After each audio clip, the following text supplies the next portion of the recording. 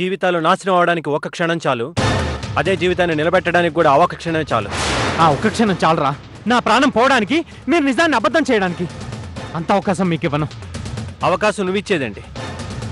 భగవంతుడనేవాడు ఉంటే నా చెల్లి పడే తపన, తనకి నీ మీదున్న ప్రేమ నిజమే అయితే అవకాశం అదే వస్తుంది. రేణు, రేణు! ఇంకెక్కడ రేణు? కిడ్నాప్ అయిపోయింది. ఇప్పుడు ఏం జరుగుతుందో ఏంటో. చివరికి నువ్వు కూడా నా చావునే కోరుకుంటున్నావు అన్నమాట.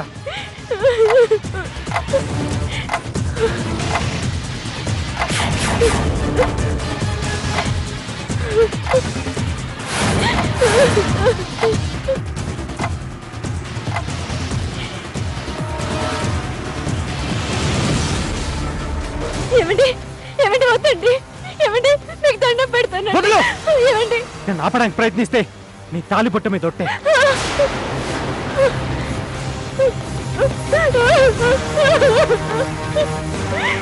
ఏమండి, వద్దండి. ఏమండి, నా మాట వినండి. ఏమండి, ఏమండి, ఆగండి.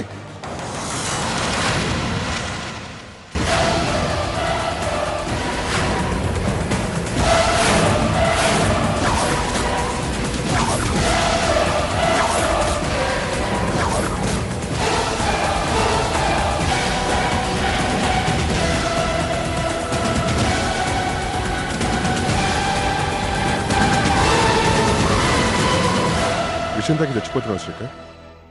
బ్రతికి సాధించుకునే ధైర్యం లేదు, కానీ చవడానికి అంత ధైర్యం ఎలా వచ్చింది? ఎందుకు వచ్చావు? నిన్ను కాపాడటానికి. ఓహో, నన్ను కాపాడి నీ పెళ్ళా నువ్వు తీసుకెళ్తూ ఉంటే కళ్ళప్పగించి చూసే భాగ్యాన్ని నాకు కలిగిస్తున్నావు అన్నమాట. కాదు, నువ్వు కళ్ళు తెరవాలని హెచ్చరిస్తున్నాను. నేనే నమ్ముకునే నీ భార్య గొప్పతనాన్ని తెలుసుకోమంటున్నాను. ఇంకా తెలుసుకోవడానికి ఏముంది? నిన్న కళ్ళారా చూపించావు కదా. ఇలా భ్రమపడటం వల్లే దేవత లాంటి ఇళ్ళని దూరం చేసుకున్నావు. తన మనసు తెలుసుకోకుండా ప్రవర్తించి నీ జీవితాన్ని నువ్వే నాశనం చేసుకున్నావు. నా జీవితం నాశనం కావడానికి కారణం ఇది. ఈ రోజు నేను చావడానికి కూడా కారణం ఇదే. కాదు, నీ భార్య దేవత. నీ భార్య ఏమాత్రం కారణం కాదు. మీరంతా ఇలా అవడానికి, ఈ రోజు నువ్వు నీ భార్యను దోషగా చూడటానికి కారణం రేణు. నువ్వు ఇన్నాళ్ళు తన మాటను ఏ విధంగా భావిస్తూ చెప్పిన ప్రతి మాటని గుడ్డిగా నమ్మటం వల్లే ఇదంతా జరిగింది. ఏం మాట్లాడుతున్నావు? నిజం ఎప్పుడు మింగుడు పడదు శ్రీకాంత్. దీన్ని జీర్ణించుకోవాలంటే నీకు అసలు సమయం పడుతుంది. ఏంటి ఏంటి కొత్త నాటకం? నువ్వు చేసిందంతా చేసి వాళ్ళతో చేతులు కలిపి ఇప్పుడు రేణు మీదకి నెట్టుతున్నావా? ఒక రకంగా నేను చేసిన తప్పే. నీ భార్య అర్చన, నా భార్య తులసి అనే భ్రమలో పడి తొందరపడి నేనంత గొడవ చేశాను. కానీ నీ భార్యకి నాకు ఎటువంటి సంబంధం లేదు. ఏంటిది కథ అట్టం తిరుగుతుంది? కొంపదీసి నా బండారం బయటపడుతుందా? ఖుషి, ఇలారా.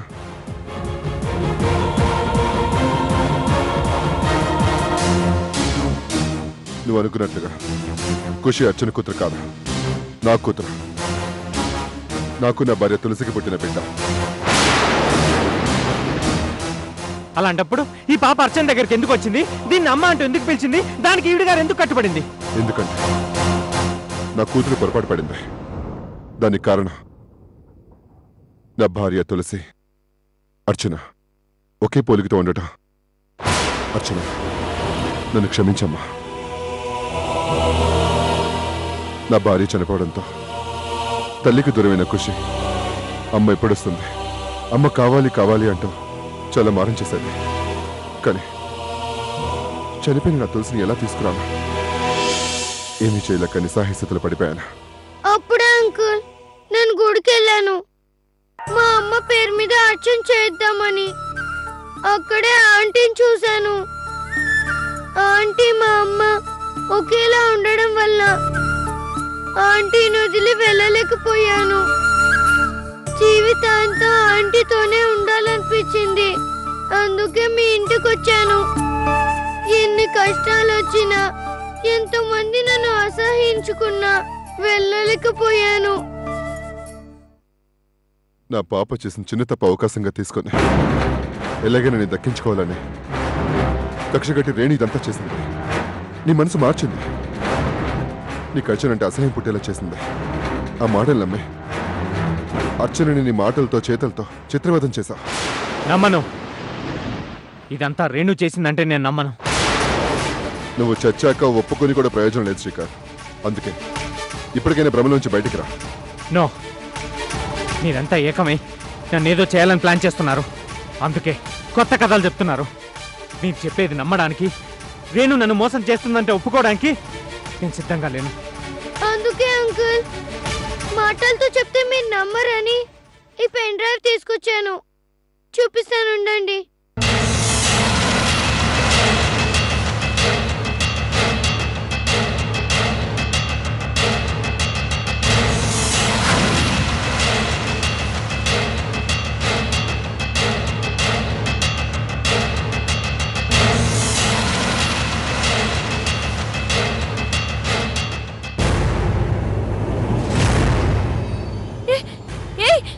ఏంటి అది?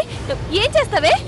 ఒకసారి నీ ఫ్యూచర్ ఏంటో చూపిద్దామని ఇది తీసుకొచ్చాను. అయ్యో, నిజం చెప్పవా? చెప్పవా ఇంకోసారి?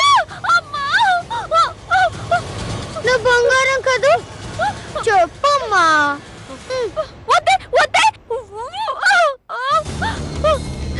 మరి చెప్తావా? చెప్తావా? చెప్పు. నిజం చెప్తావా? అయ్యో, నువ్వు బుజ్జి కదూ. ఇదేంటో నీకు చెప్పక్కర్లేదనుకుంటా. ఏంటి ఇది? అనుకున్నా కాపురాలు కోల్చే పనిలో పడి నువ్వు సినిమాలు చూడడం మానేసావనుకుంటా. దీన్ని టైం బాంబ్ అంటారు. బాంబా? నీ దగ్గర బాంబా? ఇది పేలితే నీ తల ముక్కలు ముక్కలు అయిపోతుంది. ఏం చేస్తున్నావే? బాంబా ఇది? ఇది సరిగ్గా 10 నిమిషాలకి పేలుతుంది. ఆ లోపల నువ్వు నిజాలన్నీ చెప్పాలి, చేసిన తప్పులన్నీ ఒప్పుకోవాలి. తీసేవే, అది పేలుతుంది. పేలాలని పెట్టాను. అర్చన కాపురం ఇలా అవ్వడానికి కారణం నేనే. తప్పంతా నాదే. ఎలా అయినా శ్రీకర్ని నా సొంతం చేసుకోవాలని అర్చనని శ్రీకర్కి దూరం చేయాలనుకున్నాను.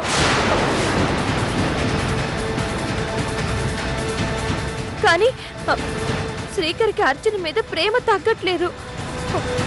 నన్ను భార్యగా కూడా చూడట్లేదు. అందుకే ఎన్నోసార్లు అర్చనని చంపాలని ప్రయత్నించాను, కానీ కుదరలేదు.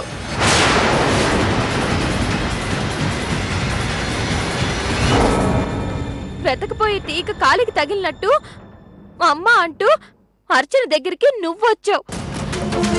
అదే అవకాశంగా తీసుకుని నువ్వు నిజంగానే అర్చనకు పుట్టిన బిడ్డవని శ్రీకర్ని నమ్మిస్తూ వచ్చాను.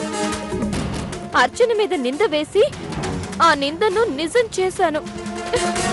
శ్రీకర్కి అర్చన మీద అసహ్యం కలిగేలా చేశాను. దానికోసం DNA టెస్టులు చేసిన డాక్టర్ని కూడా కొన్నాను.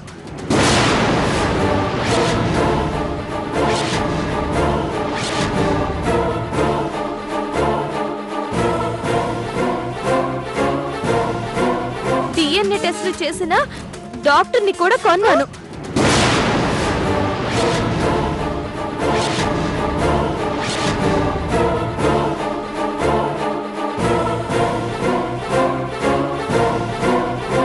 అక్కడ అచ్చు అర్చనలా ఉన్న మీ అమ్మ ఫోటోను చూశాను. ఈ అవకాశాన్ని వినియోగించుకోవాలనుకున్నాను. నీ భార్య శ్రీకర్తో కాపురం చేస్తుందని మీ నాన్నకు అబద్ధం చెప్పి నీ కూతుర్ని భార్యని చూపిస్తానని మీ దగ్గరికి తీసుకొచ్చాను. మీ నాన్న చూపించిన ఆధారాలన్నీ శ్రీకర్ నమ్మేశాడు. అందుకే శ్రీకర్ అర్చనని శాశ్వతంగా వదిలేయాలనుకుంటున్నాడు. సరే, అన్నీ చెప్పాను కదా. తొందరగా ఈ బాంబు తీయవే. నేను చెప్పినవన్నీ నిజాలే. ఎంత కాదనుకున్నా శ్రీకర్ నా భర్త. ఆయన మీద ప్రమాణం చేసి చెప్తున్నాను, నేను చెప్పినవన్నీ నిజాలే. ముందు బాంబు తీయవే. చెయ్యవే. ఇప్పటికైనా నమ్ముతావు శ్రీకర్? అంకుల్, అర్చన అంటే కల్లో కూడా తప్పు చేయదు. మీకోసం ప్రాణాలు ఇస్తుంది గాని మీ ప్రాణం తీయదు.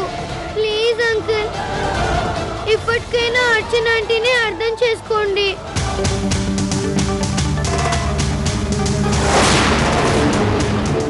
రేణు నీ భార్యలాగా ఎప్పుడు ప్రవర్తించలేదు. నిన్ను సాధించుకోవాలనుకుందే తప్ప నీ ప్రేమని పొందాలనుకోలేదు. నీ మీద ప్రేమ చూపించలేదు.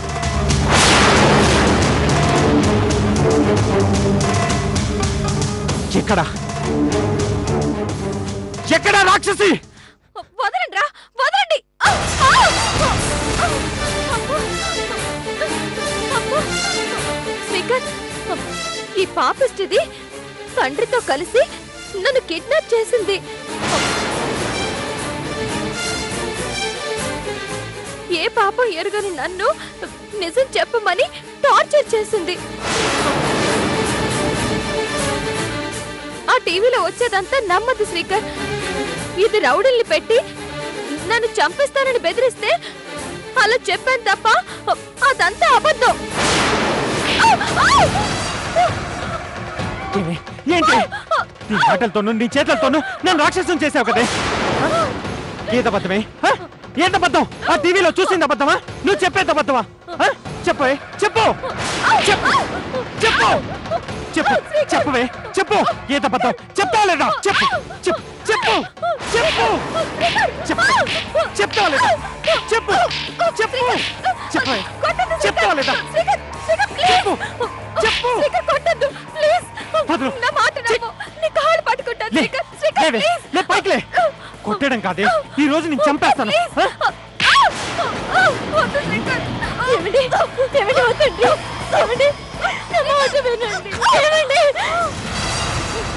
ఏమండి, ఎంత కాదనుకున్నా సాటి ఆడదండి.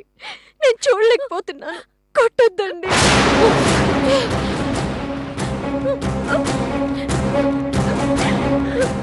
నీ మాటలు నమ్మి నువ్వు చేసిన ప్రతిదానికి తలాడించి చివరికి నా ప్రాణానికి ప్రాణమైన భార్యకి నరకం చూపించాను కదే. కనీసం ఏనాడు కన్నెర్ర చేయను నేను నా అర్చన మీద నిందలు వేసి కిరాతకున్నాయాను కదే. ఇంత జరిగినా కూడా ఇంకా నేను వదిలిపెట్టమంటుందే. అదే అదే అర్చన క్యారెక్టరు. ఇలాంటి గొప్ప మనసున్న అర్చన క్షణ క్షణం నరకం అనుభవించింది. అంతేగా శ్రీకర్, ఆవిడ గారు ఈవిడ గారిని వెంట తీసుకుని మా ఇంటికి వచ్చారు. నా భార్య తులసి ఫోటో చూసి నీ భార్య శ్రీకర్ భార్య ఒక్కరే అని నన్ను తీసుకొచ్చింది కూడా వీళ్ళిద్దరే. ఏంటి మీ మధ్యలోకి నన్ను లాగుతున్నారు? నేను తనతో వెళ్ళడం ఏంటి?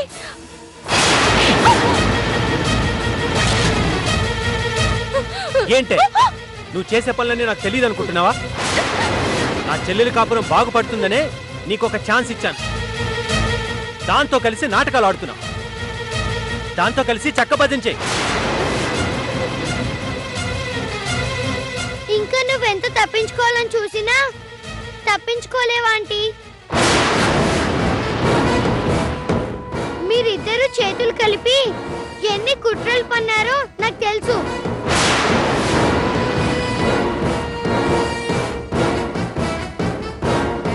రాజా అంకుల్కే తెలీదు.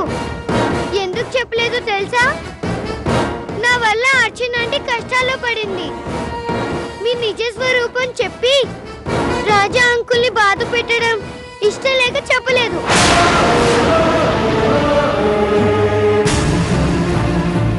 చివరికి ఈరోజు కూడా స్టేషన్కి వచ్చారు. ఎందుకో తెలుసా? ఇంకా ఇంకా నా అనుమానాన్ని బలం చేకూర్చాలని, నన్ను నమ్మించాలని.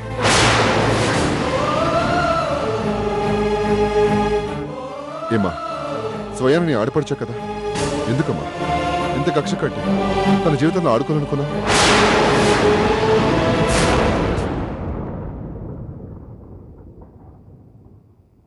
అర్చన, నన్ను ఏమండి? తప్పండి.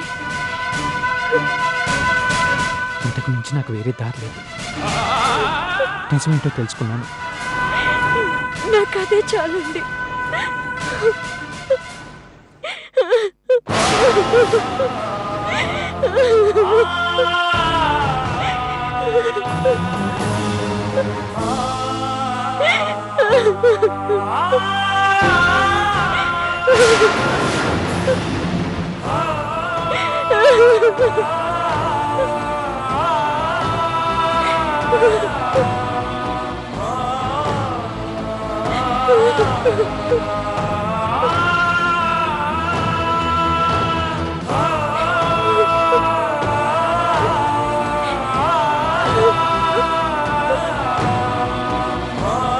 బావా ఐఎమ్ సారీ.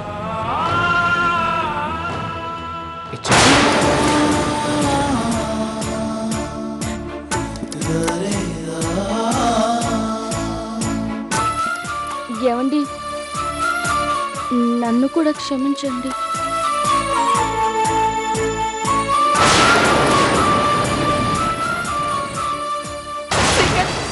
నన్ను క్షమించు. నేను చాలా తప్పులు చేశాను.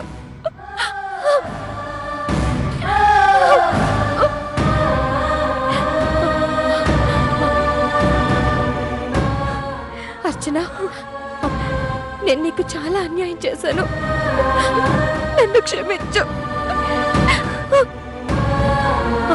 నువ్వు శ్రీకర్ హ్యాపీగా ఉండండి.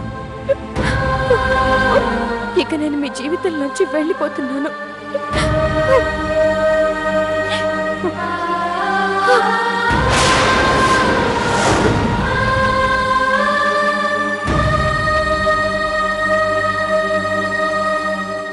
ఇంకా దీంతో నీకు పని లేదనుకుంటా. అర్చన,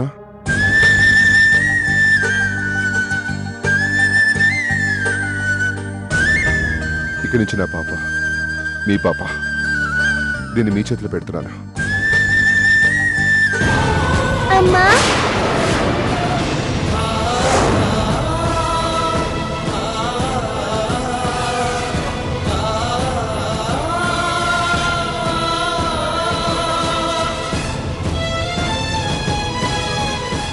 అన్నయ్య,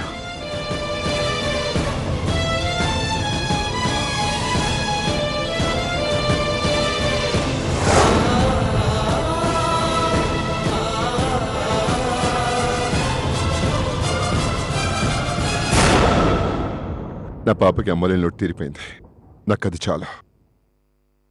ఖుషి, నువ్వు అమ్మ దగ్గరే ఉండు, సరేనా?